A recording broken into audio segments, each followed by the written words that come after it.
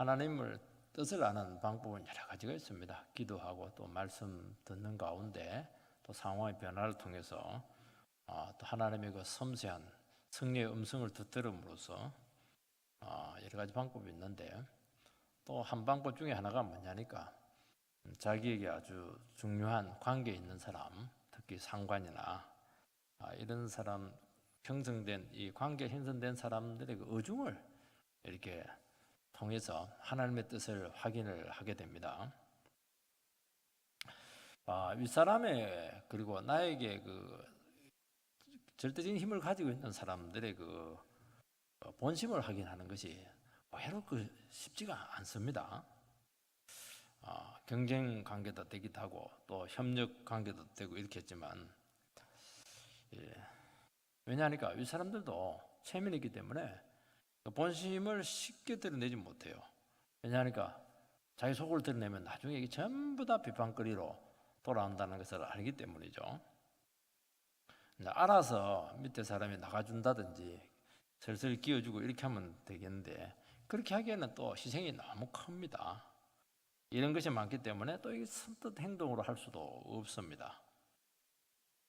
이때는 어쩔 수 없이 진짜 그 윗사람의 그 본심이 뭔지, 나에 대한 그 태도가 어떤 것인지 이것을 테스트를 해봐야 됩니다. 물어보면 안 돼요. 물어보면 끝나는 겁니다. 안 물어보고 테스트하는데 이게 굉장히 어려운 문제고, 이것은 하나님께서 지혜를 주셔야 된다는 것입니다.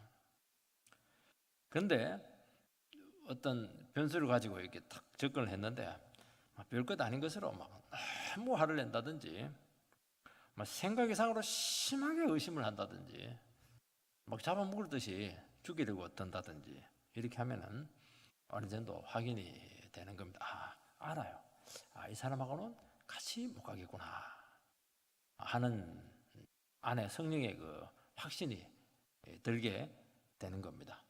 그러면 하나님의 뜻이 분명해요. 같이 못 간다, 이 사람하고는.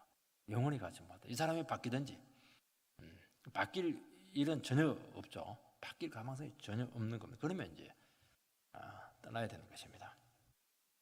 본문에 보면 이제 다윗이 요나단을 통해서 사울왕의 본심을 테스트합니다. 이때 참 그 사람하고 굉장히 가까운데 자기와 통하는 그런 가까운 친구가 있으면 참 도움이 돼요. 요나단이 있으니까 이 테스트가 사실은 가능했던 겁니다.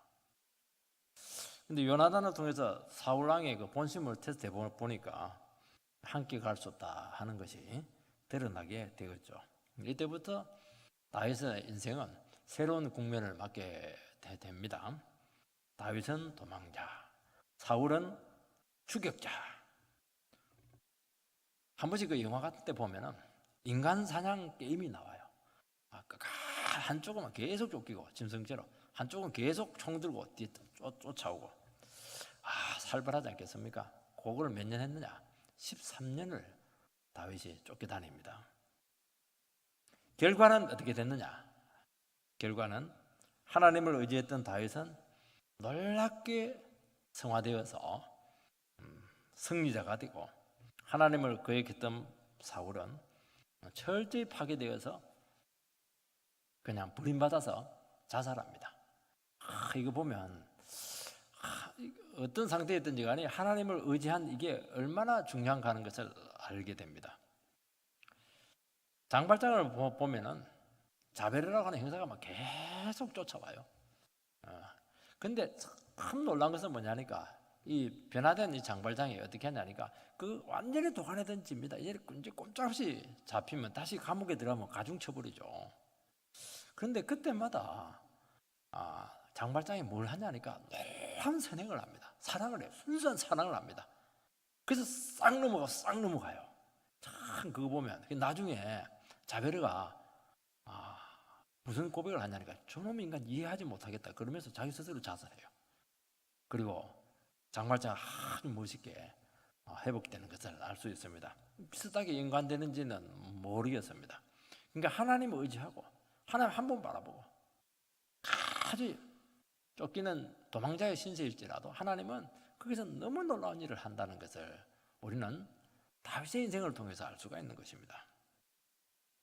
첫 번째는 이 사울의 본심을 한번 이제 확인하는 게 이 과연 하나님의 뜻인가 하는 문제죠. 이 사울의 본심을 아는 게 이게 쉽지가 않습니다. 왜냐하면 늘 나쁜 상태로 있는 게 아니거든요. 또 좋을 때는 또 뭐 음식도 사주기도 하고 또 이게 또 가까이 오게 하기도 하고 이렇게 하는 겁니다. 만약에 요나단이 다윗을 정말 죽일 생각이 있습니까? 그렇게 하면 절대로 안 죽인다고 할 겁니다. 지난번에 맹세까지 하고 안 죽인다 했는데 또 다윗을 죽였던 겁니다. 이번에는 직접 묻지 않고 아버지의 태도를 이제 알아보기로 한 것입니다. 내일이 월삭인데 그때 다윗이 없으면 분명히 사울이 어디 갔냐 물을 것이다. 그때 이렇게 이야기해라. 그러면 죽이려고 하든지 아니면 살리려고 하는지 태도가 나타나게 될 것이라는 것이죠.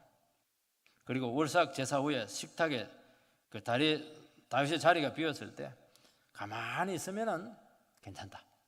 근데 막 심하게 화를 내게 된다면은 분명히 죽일 의도를 가지고 있다. 막 그렇게 보았던 것으로 알 수 있습니다.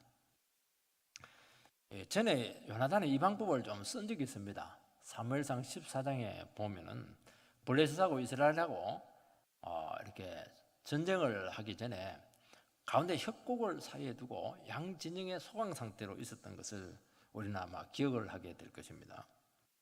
그때 요나단의 부관을 데리고 블레셋 진영으로 찾아가서 이대로 있어서는 안 된다. 하나님 뜻을 찾자. 그래서 부딪히면서 찾기로 한 것입니다. 그때 이제 부관하고 어떤 약속을 하냐면은 블레셋 병사들이 자기들을 발견하고 올라와라. 그렇게 하면 하나님께서 이들을 쳐라. 이렇게 한 사인이다. 그렇게 받아들이도록 한 것입니다. 그런데 반대로 너희들 그 자리에 있어라. 우리가 내려가겠다. 그러면 블레셋을 치는 것은 하나님의 뜻이 아니기 때문에 도망을 쳐라. 이런 그 방법을 통해서 하나님의 뜻을 확인하는 것을 알 수가 있습니다. 우리가 생각할 때는 그 협곡이니까 절벽이죠. 깊은 골짜기가 있고 양 진영에 있기 때문에 협곡을 힘들게 절벽을 올라간다고 하면은 힘이 빠지게 될 것이고 또 상대방이 홍그랑도에서 싸우면 훨씬 전략적으로 불리합니다. 근데 그렇게 하는 것이 하나님의 뜻이라는 거예요. 싸우라는 겁니다. 그래서 요나단은 왜 이 방법을 썼느냐 하면은 저게 그 영혼의 상태를 확인한 겁니다. 내가 어렵고 아니면 그 사람들이 내 쪽으로 와서 싸우면 나는 힘을 비추게 하고 있으니까 대비하고 있으면 유리한데 그게 중요한 게 아니라는 겁니다. 저게 영혼의 상태, 사기가 어떤 상태인가 하는 것을 확인을 하면서 하나님의 뜻을 발견하자는 것입니다. 올라오라 이렇게 하는 것은 뭐냐? 우리는 가만히 있을 테니까 너희가 올라오든지 말든지 하라는 겁니다. 굉장히 수비적이죠. 소극적입니다. 기다려라. 우리가 내려가겠다.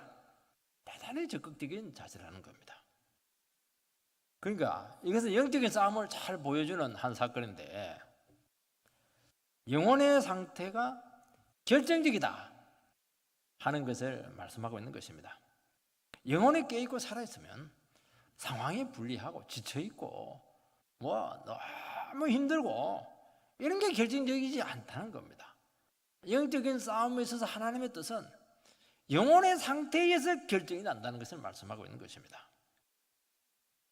사사기에 보면 이제 기드온이 등장을 합니다. 기드온은 300명, 미디안 연합군은 13만 5천 명. 말이 안 되는 겁니다. 너무 떨고 있으니까 하나님께서 너 미디안 진영을 찾아가라. 그렇게 지시를 합니다. 찾아가 보니까 보초 2명이서 이야기를 해요. 보초를 서면서 지난밤에 꿈을 꿨는데 보리떡 한 덩이가 미디안 진영으로 굴러 들어와서 막 미디안 장막을 막 그냥 무너뜨리더라. 그런 이야기를 듣게 합니다. 그까지는 팩트죠. 그거는 꿈을 꾼 거니까 팩트입니다. 근데 중요한 거는 뭐냐니까 해몽이에요. 해몽을 하는데 이 사람들이 어떻게 해몽을 하냐니까 기드온의 칼이 미디안을 무찌른다. 우리 끝났다. 이렇게 해몽을 하는 겁니다. 여러분, 꿈보다 해몽이 훨씬 더 중요합니다. 여러분 이 꿈을 꿨지만 개꿈이네. 그렇게 해서 그냥 잊고 넘어가면 상관이 없는 겁니다. 아니면 또 꿈은 반대라더라. 우리가 기도를 친다. 반대니까. 그렇게 또 해석을 할 수가 있는 겁니다. 아니면 미디안으로 하여금 지금 사기가 빠져있기 때문에 신이 우리에게 계시를 주어서 우리를 하여금 더 경계를 하게 하도록 이런 꿈을 주었다. 막 그렇게 받아들이게 된다면은 그들에게 상당히 그들의 영혼 사기상태를 보여주는 것을 알 수가 있는 겁니다. 그런데 이 병사들, 보초들은 최천벽에 나와 있는 사람들이지 않겠습니까? 그런데 가장 불리한 해석을 그들에게 하고 있는 것입니다. 그걸 딱 듣고 나서 이들은 지금 사기가 무너졌구나. 이들은 지금 패배의식에 젖어 있구나 하는 것을 알게 되는 겁니다. 참 이거 보면요. 하나님 나라에 일이라고 하는 것은 상황이 아니에요. 숫자가 아닙니다. 뭡니까? 내 처지가 너무 힘들어요. 그것도 중요해요. 팩트죠.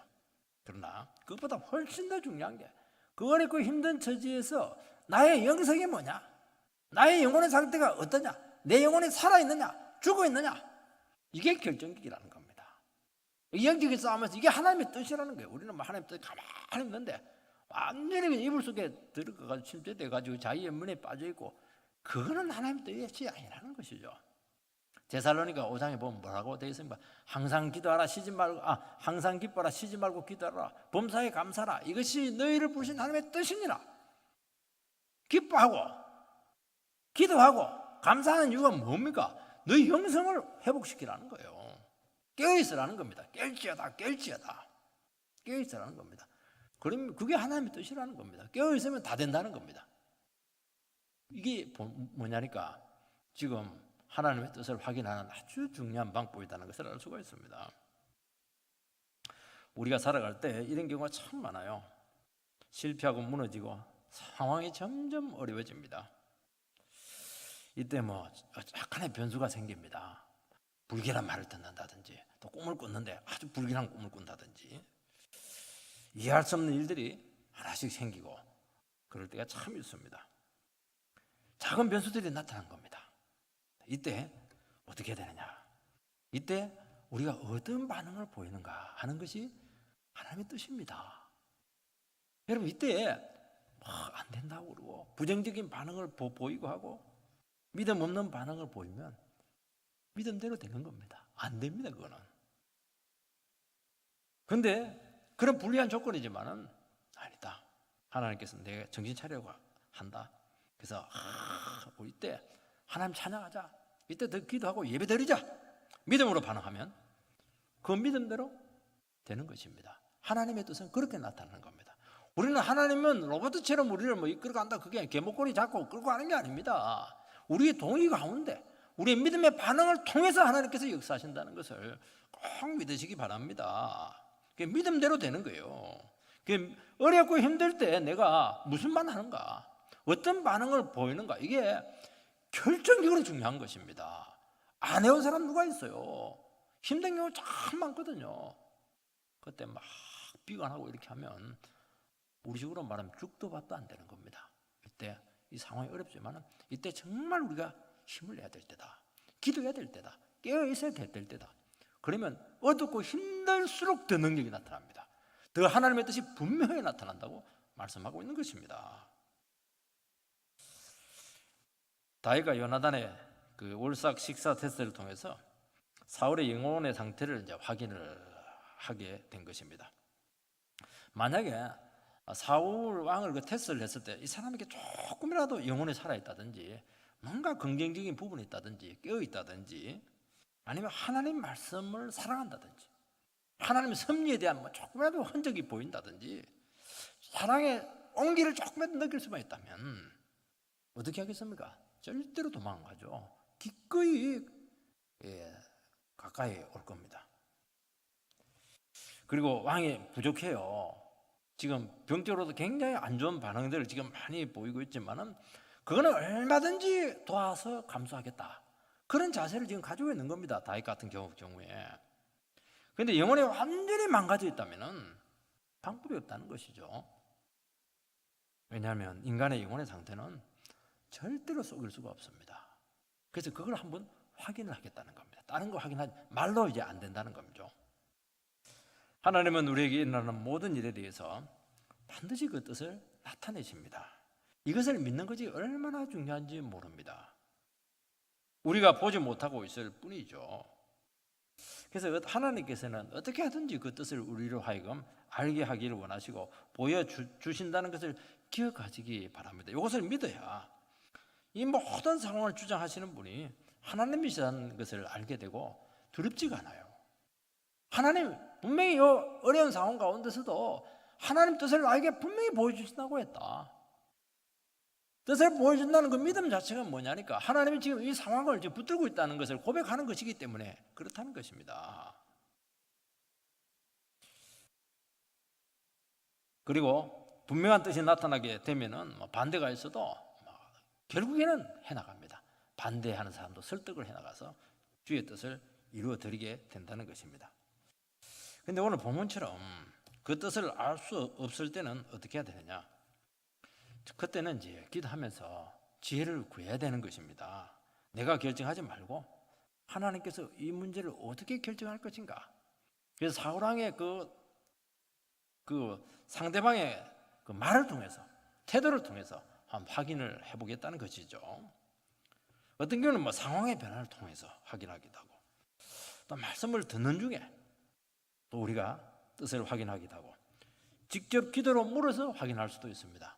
근데 이번 같은 경우에는 아주 그 사울의 태도가 결정적이기 때문에 사울의 그 마음 중심 속에 있는 것이 드러나기를 원했고 사울이 다윗에 대해서 무슨 말을 하는가 자기 아들에게 제일 신뢰하는 아들에게 무슨 말을 하는가 하는 것은 굉장히 중요한 하나님께서 주시는 사인이다 그렇게 보았던 것입니다. 이렇게 직접적으로 하나님 뜻을 구할 때는 상황이 아주 다급하기 때문입니다.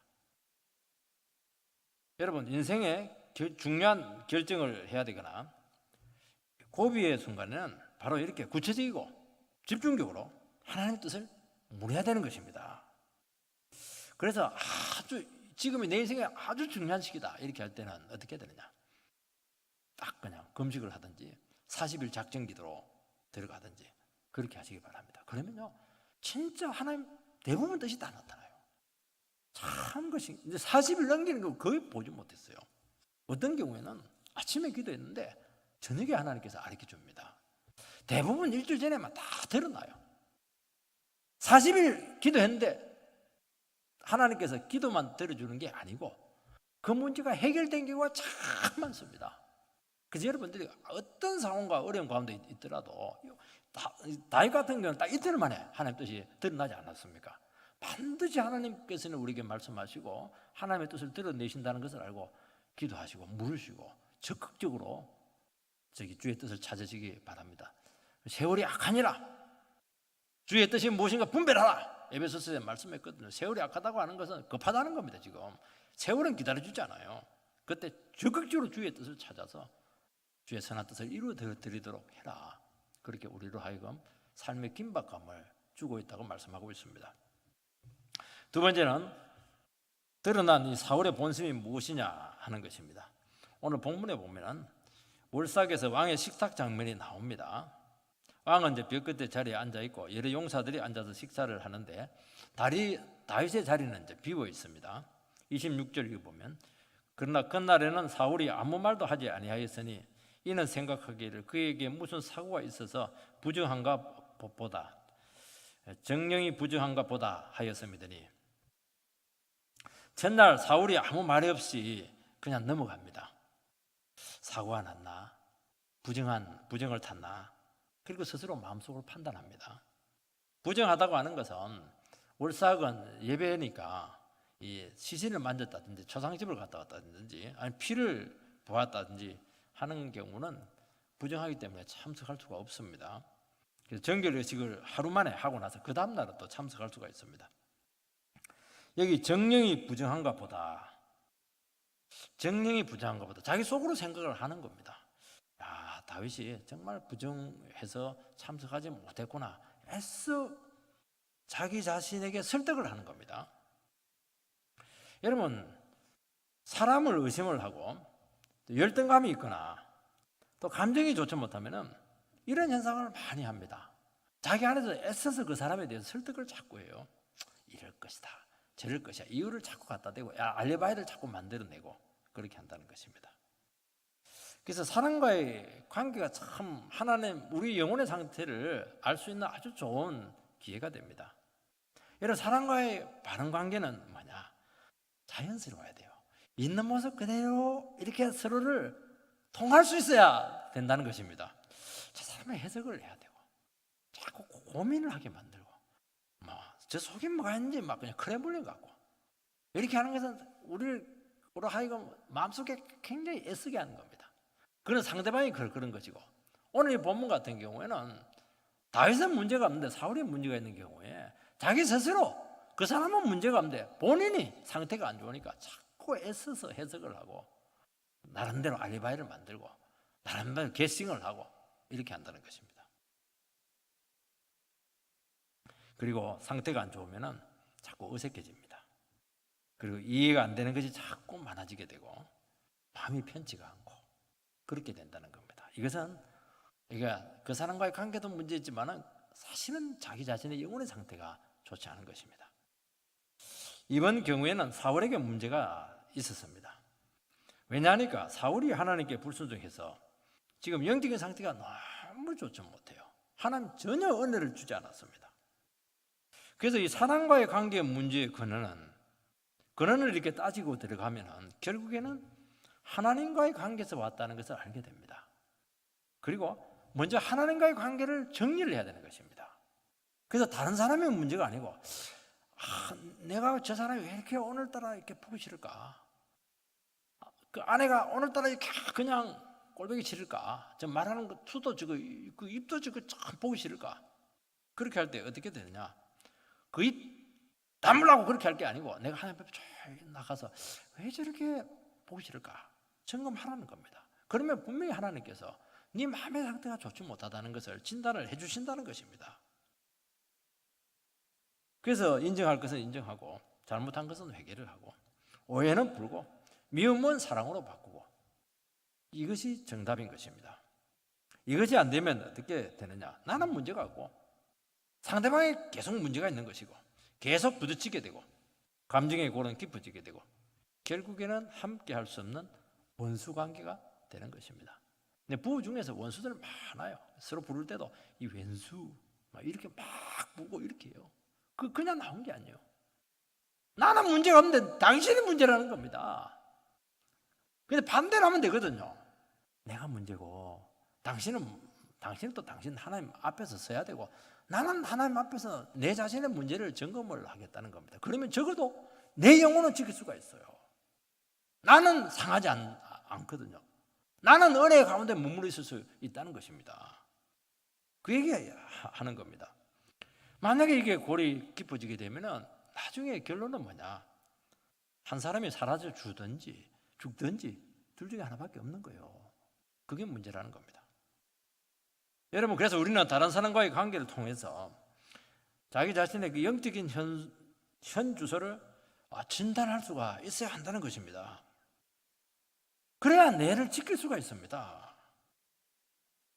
여러분, 사람이 오랫동안 이렇게 미워지면은 정세가 아주 심각합니다. 이거는 여러분, 이 세상에서 잘 할 짓이 해서는 안 될 짓이 뭐냐면은 미워하는 거예요. 이게 안 좋은 거는 거기서 다 나옵니다. 그냥 이게 완전히 그냥 위장병도 생기고요. 정말 은혜도 다 떨어지게 되고 기쁨은 하나도 없고 막 그냥 머리는 막 땡기고 영혼은 막 병들게 되고 잠도 안 오고 말이죠. 그런 현상이 온다는 겁니다. 아니, 그 사람이 뭐라고? 그 사람도 불쌍한 하나님 앞에서 죄인인데 그 사람이 뭐라고? 그 사람 때문에 내가 왜 기쁨을 빼앗기고 내가 왜 은혜를 갉아먹게 하고 그렇게 할 필요가 뭐가 있냐는 거예요. 내 인생은 하나님께 달려있는데 그 사람에게 달려있는 게 아니거든요. 그래서 우리는 내가 살기 위해서 저를 용서도 구하고 하나님 앞에 나가고 그리고 하나님 앞에서 내 잘못된 이 부분들을 자꾸 바꾸고 시각을 교정을 하고 그렇게 하라는 것입니다. 에베소서 4장 4절에 보면 주 안에서 항상 기뻐하라. 다시 말하노니 기뻐하라. 그렇게 되어 있습니다. 그 말은 뭐냐니까 무조건 기뻐하라는 겁니다. 그런데 그 다음 절이 참 놀라운 구절입니다. 5절에 뭐라고 되어 있냐니까 너희 관용을 모든 사람에게 알게 하라. 주께서 가까우시니라. 기뻐하라 해놓고는 너희 관용을 모든 사람들이 알게 하라고 그렇게 말씀을 하고 있습니다. 기뻐하는 거하고 관용하고 무슨 상관이 있느냐? 굉장히 상관이 깊다는 것입니다. 왜냐니까 우리의 기쁨을 빼앗는 주범이 용서하지 못하는 마음이라는 것입니다. 최고의 주범이에요. 다른 게 아닙니다. 우리는 막 돈 없는 거, 그 다음에 실직한 거 이런 것들이 기쁨을 빼앗는다고 그러는데요. 물론 그것도 그렇긴 해요. 그래도 그거는 하나님 믿음을 줘가지고요, 용기 있게 대할 수가 있는데요. 미워하는 건 대책이 없어요. 하나님 은혜를 줄 수도 없고 믿음을 줄 수도 없고 아무것도 안 나오는 거예요. 이거는 그래서 하나님을 미워하지 말라는 것이죠. 백해무익하다는 것을 말씀하고 있는 것입니다. 왜냐하면 미워하는 그 사람이 우리 영혼 중심을 차지합니다. 항상 그 영혼을 의식하게 되고 그 사람 생각하면 마음이 자꾸 거슬리게 되고 그 태도와 행동에 내가 많은 영향을 받을 수밖에 없어요. 하나님이 내 중심에 있어야 되고 하나님이 나를 만지셔야 되는데 그러니까 그 사람이 들어오니까 하나님이 나가는 겁니다. 특히 그 영혼이 하나님의 은혜를 많이 받으면 어떻게 됩니까? 더 배가 아파요. 발작이 날 정도죠. 하나님 그 사람을 인정하니까 나는 그 사람 인정하면 나는 원수니까 나는 버린 거거든요. 마귀 같은 행동을 보이는 것입니다. 그게 뭐냐니까 사울하고 다윗의 관계를 정확하게 보여주는 것입니다. 그래서 우리는 어떻게 해야 되느냐? 미워하는 사람을 내 속에서 쫓아내야 되는 것입니다. 수술할 수도 없고 딱 한 가지 방법밖에 없어요. 용서하는 겁니다. 관용해야 돼요. 관용. 내가 용서하면 이 사람이 인사 딱 하고 그동안 나를 품고 있다고 고생 많았습니다. 이렇게 하면서 나가주는 겁니다. 그 용서를 할 때 속으로 하지 말고 속으로 하면은 안 돼요. 속으로 하면 또 그 사람이 들어와요. 그래서 모든 사람들이 알도록 용서하라는 겁니다. 어떻게 용서를 하는 겁니까? 그 사람에 대해서 공개적인 자리에서 칭찬하는 거예요. 그 사람의 긍정적인 부분을 말해주는 겁니다. 그러면 사람들이 알아요. 저 사람 보니까 서로 관계 굉장히 안 좋다고 그렇게 하던데 마음이 많이 넓어졌네. 저 사람 품고 있네. 속 넓다. 하나님도 사람도 그렇게 판단하는데 하나님도 그렇게 판단하죠. 됐어. 내가 은혜 줄게. 그럼 사람을 얻는 거예요. 사람도 얻고 은혜도 회복되고 이것처럼 좋은 게 어디에 있습니까? 그리고 적절한 기회가 있을 때 그걸 잘 인정해주고 잘해주고 밥도 한번 사주기도 하고 그렇게 하라는 겁니다. 왜냐하니까 주께서 가까이 계시기 때문입니다. 가지 미워하면 어떻게 합니까? 주께서 가까이 계세요. 와가지고 개입해서 막 때린다는 겁니다. 문제는 그 다음날 터지게 됩니다. 사울이 모르는 체 하면서 다윗이 식사에 나오지 않는 이유를 요나단에게 묻습니다. 요나단이 첫날 아무 말이 없었는데 요나단이 잘 참았습니다. 그래서 여러분들이요, 기도하면서 하나님 인도를 받고 이렇게 하면은 이 작은 변화들 이런 것들에 대해서 굉장히 예민해집니다. 우리 같은 경우는 다윗이 너무 예민했네. 역시 내 판단에 맞았어. 우리 아버지는 저렇게까지 미워하지 않아. 그렇게 할 수 있는데 이상하게 느낌이 안 좋은 거예요. 그래서 그날 이야기를 안 합니다. 이야기를 안 하는 게 맞았던 거예요. 이게요, 여러분들이 기도하지 않으면 여기서 다 걸려 넘어지는 겁니다. 마치 그냥 내가 생각에 맞다는 식으로 막 그렇게 떠들다가 죽도 밥도 안 되는 겁니다. 하나님께서 이 모든 상황 가운데서도 지켜주고 이게 신실한 것입니다. 요나단은 각본에 따라서 다윗이 아버지 집에 제사가 있어서 베들레헴에 특별 휴가를 받아서 갔다 그렇게 말합니다. 그때 이제 사울의 입에서 이제 신면목이 나오게 되는데 성경에 이런 것을 기록해도 되나 생각이 들 정도로 그렇게 쓰레기 같은 말들이 막 쏟아져 나옵니다. 30절 31절을 보면 사울이 요나단에게 화를 내며 그에게 이르되 폐영부도한 계집 소생아 내가 이새의 아들을 택한 것이 내 수치와 내 어미의 벌거벗은 수치됨을 내가 어찌 알지 못하랴. 이새의 아들이 땅에 사는 동안은 너와 내 나라가 든든히 서지 못하리라. 그런즉 그는 죽어야 할 자니라 한지라. 이거는 완전히 시정잡배들이 하는 짓거림입니다. 욕을 해도 이렇게 심하게 욕을 할 수가 없는 겁니다. 왕 아닙니까? 기름 부음 받은 종이거든요. 여러분, 기름 부음 받은 종이 은혜 없으면요 시정잡배부터는 못해요. 이게 그 뒷골목에 사는 족복들이 하는 말 아니겠습니까? 이번에 딱 덫을 치고 딱 기다려서 죽이려고 했는데 이놈의 눈치를 딱 채고 말이죠, 도망을 쳤다. 너무 분한 거예요 이게. 그냥 그래서 막 입에 담을 수 없는 욕을 막 쏟아내고 있는 것이죠. 그것을 알 수가 있습니다. 이거 보면 우리 영혼의 상태를 숨길 수 없어요. 평상시에 가지고 있던 이 마음이 나온 거, 이 그냥 그 순간에 나온 겁니까? 아니죠. 용서하지 않고 마음에 품고 있고 미워하고 질투하고 원수가 되고 이 마음을 참다가 결국엔 터지는 겁니다. 이게 참아서 될 문제가 아니에요. 하나님 앞에서 영혼의 상태를 두고 이거는 해결해야 될 문제지 참는다고 되는 게 아닙니다. 절대로 안 돼요. 참으면 참을수록 더 포악한 말이 나올 수밖에 없는 거예요. 이거는 인간의 힘으로 되는 게 아닙니다. 예수가 죽어야 되는 것이고 은혜를 받아야 이것은 해결할 수가 있다는 것입니다. 특히 사울은 요나단이 다윗과 함께한다 이 사실을 알고 나서부터 본인이 막 심한 상처를 받으면 내 아들인데 내 아들이 다 편이 되는 겁니다. 얼마나 외롭겠어요. 나는 아들 위해서 지금 하고 있는데 스스로 상처를 받는 거예요. 가까운 사람들에게 믿을 놈 한 사람도 없다 이 말 아니겠습니까? 그래서 뭐라고 얘기했냐니까 아들에 대해서 폐영무도한 계집의 소생아, 이 말은 이제 사생자의 아들이라는 겁니다. 사생자의 아들이 애비가 누군지 모른다는 거예요. 넌 내 자식이 아니라는 거예요. 창녀의 아들이라는 겁니다. 아무리 그래도 그 엄마가 그 자기 부인인데 아무리 그래도 엄마에 대해서 그렇게 자기 아내에 대해서 그렇게 말할 수는 없는 거거든요. 그래도 큰 아들인데 여러분 아무리 기분이 안 좋아도 자기 자식에게 남은 그런 얘기해요. 후레자식, 이 쌍놈의 자식 이런 말은 하더라도 본인은 그렇게 말할 수가 없는 겁니다. 부부싸움 해도요 금도가 있는 겁니다. 해서는 안 되는 말이 있는 겁니다. 되게 이제 가장 치열한 전투로 벌어질 때는 어떻게 하냐니까 가문을 두고 이야기할 때입니다. 당신 가문은 전부 다 그래. 전부 다 도둑놈이야. 이러면 이제 헤어지는 수밖에 없죠. 그거는 아니라는 겁니다.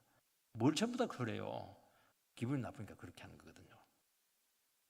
그래서 이 사울의 분노를 통해서 얼마나 그 영혼이 망가져 있고 피폐해져 있는가 하는 것이 드러나게 되었다는 것입니다. 그리고 다윗에 대해서는 이새의 아들이다 세 분이라고 이야기합니다. 정식 이름을 입에 올리고 싶지 않은 것이죠.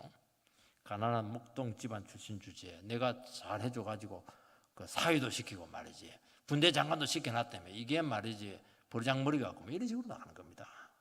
정말 경멸적이지 않겠습니까? 여러분 미워하고 분노하면 사람이 사람으로 안 보여요. 물건이나 소유물처럼 그렇게 취급이 된다는 것입니다. 자꾸 깎아내리고 여러분 인간은 그 자체로 참 존귀한 부분들이 많습니다. 정말 정체성이 아름다운 부분들이 참 많이 있거든요. 그런데 그런 것들을 전부 다 인정하지 않습니다. 극도로 미워하면 어떤 현상이 생기느냐, 이름을 안 부릅니다. 그 인간이, 그 짐승이, 이 마귀가 이런 식으로 나가는 겁니다. 여러분 죄수들은 이름을 안 불러요. 뭘 부릅니까? 63번. 그 말은 뭐냐니까 너희들 인간이 아니라는 거예요. 이게. 이름 안 불러요. 그러니까 죄수죠. 죄수 몇 번 이렇게 하는 겁니다. 너희들 인격이 아니라는 거예요. 인간이 아니라는 겁니다. 그래서 감옥 속에 들어가면 인간 취급을 안 해주는 겁니다. 참 안타까운 일이죠. 여러분 미워하는 사람은 아무 관계가 없는 사람이 아닙니다. 여러분 정말 멀리 있는 사람은 안 미워합니다. 잘해줘요. 미워하는 사람 누굽니까? 나를 잘 이해하고 나와 같이 협력했고 늘 부인할 수 없고 가까웠고 한때는 사랑을 나누었고 동력을 했고 이런 사람들이에요. 얼마나 많은 아름다운 추억이 있고 얼마나 많은 특별한 관계와 깊은 사랑을 나누었습니까? 그런데 어떤 일로 막 틀어지는 거예요. 그리고 뭐 배신을 당하기도 하고 심한 오해를 하기도 하고 그 순간 좋은 거 싹 없어지고 그때 그 배신했던 거 배신하면서 하는 그 말, 그 눈빛, 안 좋은 그 기억 이런 것들만 내리 속에 깊이 박혀서 나머지는 전부 다 없어지는 겁니다. 참 이거 보면 치매도 이런 치매가 없어요. 미워하면 치매가 딱 옵니다. 치매가 와요. 내가 지금 뭐 하고 있는지도 몰라요. 그렇게 무서운 겁니다 이게. 그리고 미워할 수 없는 이유들만 자꾸 생기는 거예요 이게.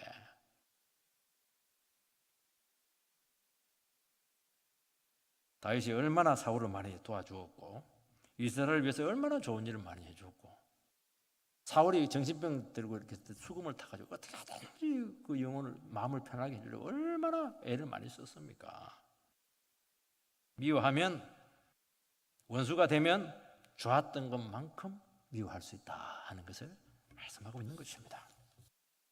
여러분 우리는 하나님 앞에 기도해야 돼요. 뭘 기도해야 됩니까? 그 사람에게 있는 좋은 것이 기억나게 해달라고 기도해야 됩니다. 여러분 미워하는 것은 몇 가지예요. 그런데 미워하는 그 이후에 너무너무 좋은 것들 미워할 이유는 한 두세 개 될지 모르겠습니다. 그런데 가만히 놓고 여러분들 편을 가지고 써보면 한 7가지는 좋은 것들입니다.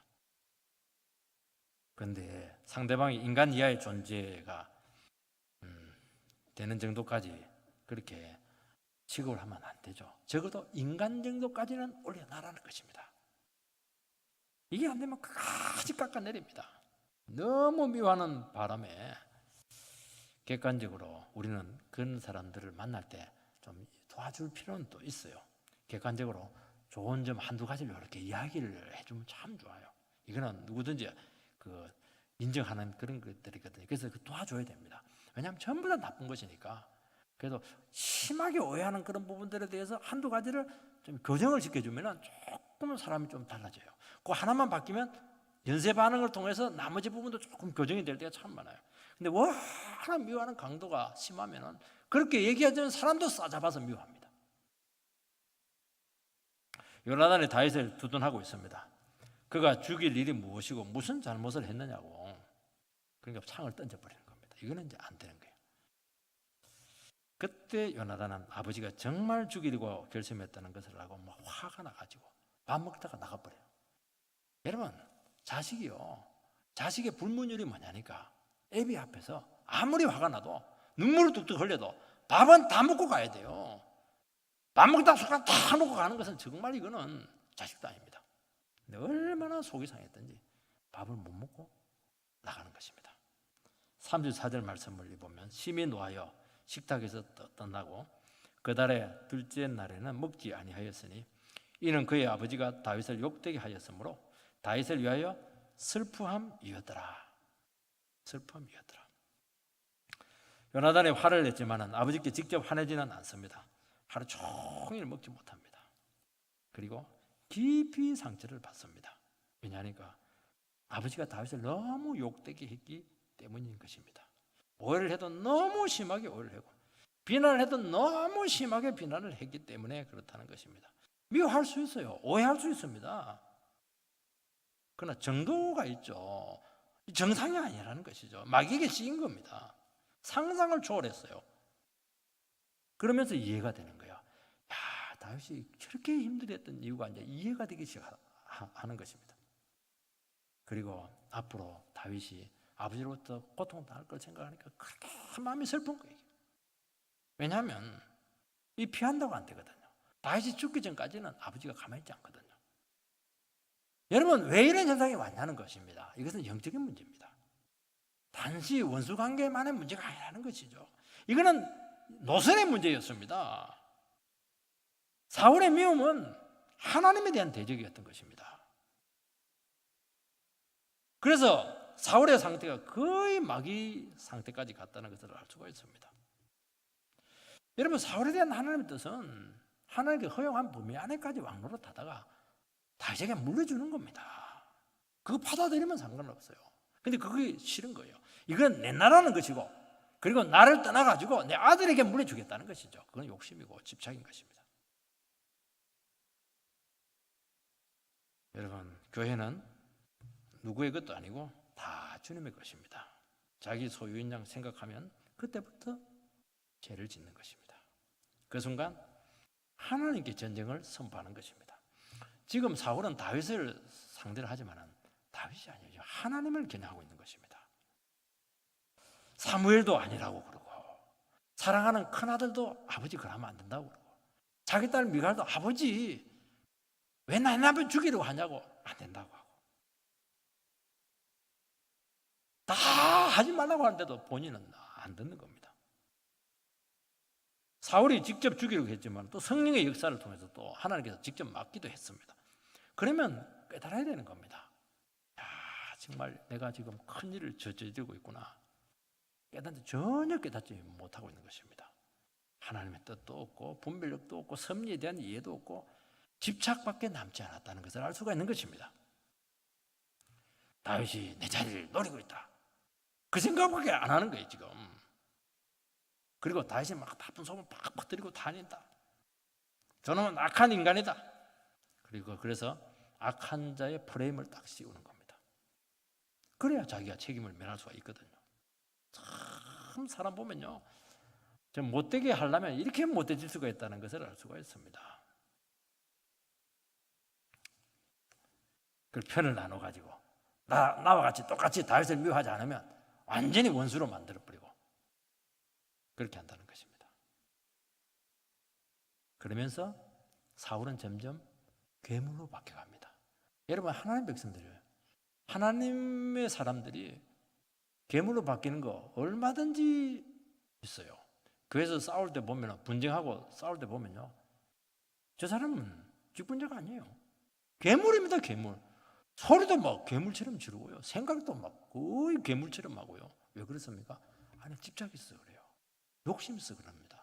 한계를 지키지 못하는 거예요. 하나님의 원성을 못 들어서 그렇게 하는 겁니다. 그래서 우리가 신앙생활 할 때는 이걸 해야 된다는 겁니다. 하나님 앞에서 철저히 내 것은 없다, 하나님 뜻에 철저히 순종한다. 이렇게 안 되면 진짜 이권 문제가 생기고 그래서 중요한 문제가 생기고 이렇게 할 때 한순간에 가림자처럼 괴물로 딱 바뀌었다는 것을 우리는 항상 주의를 해야 된다고 말씀하고 있는 것입니다. 자기만 다치는 게 아니에요. 많은 사람들을 다치게 하기 때문에 그렇다는 것입니다. 세 번째는 다윗에 대한 하나님의 뜻이 나타났습니다. 이제 요나단은 아이를 데리고 들어가서 화살을 쏘죠. 그래서 아이를 보고 화살이 저 멀리 갔다, 그렇게 이야기해서 주워오라 그렇게 합니다. 그 말은 이제 도망가라는 겁니다. 그리고 그 아이가 주운 화살을 가지고 들어가게 하고 두 사람이 만납니다. 41절 하반절을 읽어보면 서로 입맞추고 울되 다윗이 더욱 심하더니, 요나단은 다윗에게 해줄 수 있는 것이 없었어요. 평안을 빌어주면서 이제 하나님께 다윗은 맡겨지게 되었다는 것입니다. 여러분, 다윗에 대한 하나님의 뜻이 무엇입니까? 사울을 떠나서 광야로 도망가는 것이 뜻입니다. 다윗은 그럴 생각이 없었어요. 사울왕을 잘 도와가지고 왕수업 잘 받아서 최대한 맞춰주고 자연스럽게 왕위를 이어받는 것이 다윗의 생각이었어요. 그러나 하나님은 그게 아니라는 거예요. 광야로 그냥 내동댕이 쳐버렸어요. 우리가 하나님의 자녀로서 우리 인생을 인도받을 때 우리는 다윗 같은 생각을 합니다. 예측 가능한 과정을 겪고 준비가 돼서 그렇게 가기를 원합니다. 예를 들어 가지고 좋은 회사에 들어갔다고 생각이 되면 거기서 열심히 해서 윗사람에게 인정받고 승진하고 자리까지 올라가는 것이죠. 그런데 어느 날 상사로부터 퇴직 통보를 받게 되었을 때 배신감, 비애가 찾아오면서 하나님의 뜻은 어디에 있냐고 반문하게 된다는 것입니다. 왜냐하니까 앞으로 닥칠 험난한 과정을 생각하면 그렇게 낙심이 될 수가 없는 것입니다. 다른 길을 생각을 했었으면 아마 준비를 해놓았을 것입니다. 전혀 준비가 안 돼 있는데 황무지로 막 내몰리는 것입니다. 여기서 엄청난 인생의 위기를 우리는 맞이하게 된다는 것입니다. 이때 우리가 가져야 될 마땅한 자세가 무엇이죠? 나를 이 길로 이끄신 분이 사울이 아니고 우리 상관이 아니고 하나님이시다 하는 것을 고백을 하는 것입니다. 우리에 대한 하나님의 다른 인도가 있다는 것을 지금 주님께서 보여주고 있다는 것입니다. 우리는 내가 투자한 거, 내가 노력한 그 밭 위에, 그 공로 위에 뭔가를 세우려고 한다는 것이죠. 그게 자연스럽고 안전하죠. 하나님은 그 모든 것을 다 가져가시고 광야로 우리를 막 내동댕이 칠 때가 있다는 것입니다. 그것을 우리는 하나님께서 그렇게 했다. 오늘 말씀에는 그렇게 말씀하고 있는 것입니다. 왜냐하면 이렇게 하지 않으면 어느 누구도 이 길을 안 갑니다. 절대로 광야 길을 안 갑니다. 다 성공의 길을 가고 편안하고 잘되고 안전한 길을 다 가려고 할 것입니다. 그거는 누구나 마찬가지예요. 하나님께서는 자기 백성을 더 낮아지고 고생하는 길로 강제로 쳐넣으신다는 것입니다. 한마디로 광야에서 죽으라는 거예요. 철저히 낮아지고 죽으라는 겁니다.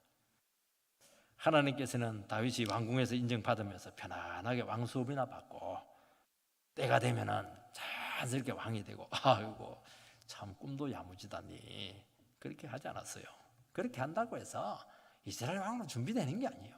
사울에게서 뭘 배우겠습니까? 하나님밖에 의지할 수 없는 광야에서 다시 한 번 더 바닥에서부터 새롭게 한번 만들어져라. 그게 진정한 이스라엘의 왕이다. 주님의 뜻은 바로 여기에 있었다는 것을 알 수가 있습니다. 우리에 대한 하나님의 뜻이 무엇이죠? 바로 이거예요. 이거 우리의 고상한 생각을 믿지 마시기 바랍니다. 하나님 정말 사랑하는 백성들을 주님께서 어떻게 하느냐, 진짜 바닥에서부터 나와 함께 철저히 연단 받아서 그렇게 준비를 시키겠다. 철저히 죽어라. 대충 죽지 말고 철저히 죽어라. 그렇게 하는 겁니다. 내가 사는 길이 있어요. 우리는 다 사는 길을 가고 싶어 하는 겁니다. 주님은 죽는 길로 내몰실 수가 있다는 것을 믿으시기 바랍니다. 그래서 그때 우리는 어떻게 해야 되느냐, 좌절하지 말고 감사하시고 어차피 걸어가야 될 그 길이라고 하면은 철저히 낮아져서 주님께 붙들려서 능력으로 한번 일어서는 기회가 되기를 주의 이름으로 축원드립니다. 대가가 있을지 모르겠지만은 그 보상은 너무 크다는 것을 믿으시기 바랍니다. 그래서 포실하게 신앙생활하고 인생길을 쉽게 가고 이게 절대로 좋은 것이 아니다. 주님께서 우리에게 이런 말씀을 하고 무장을 하기를 바라고 있는 줄 믿습니다.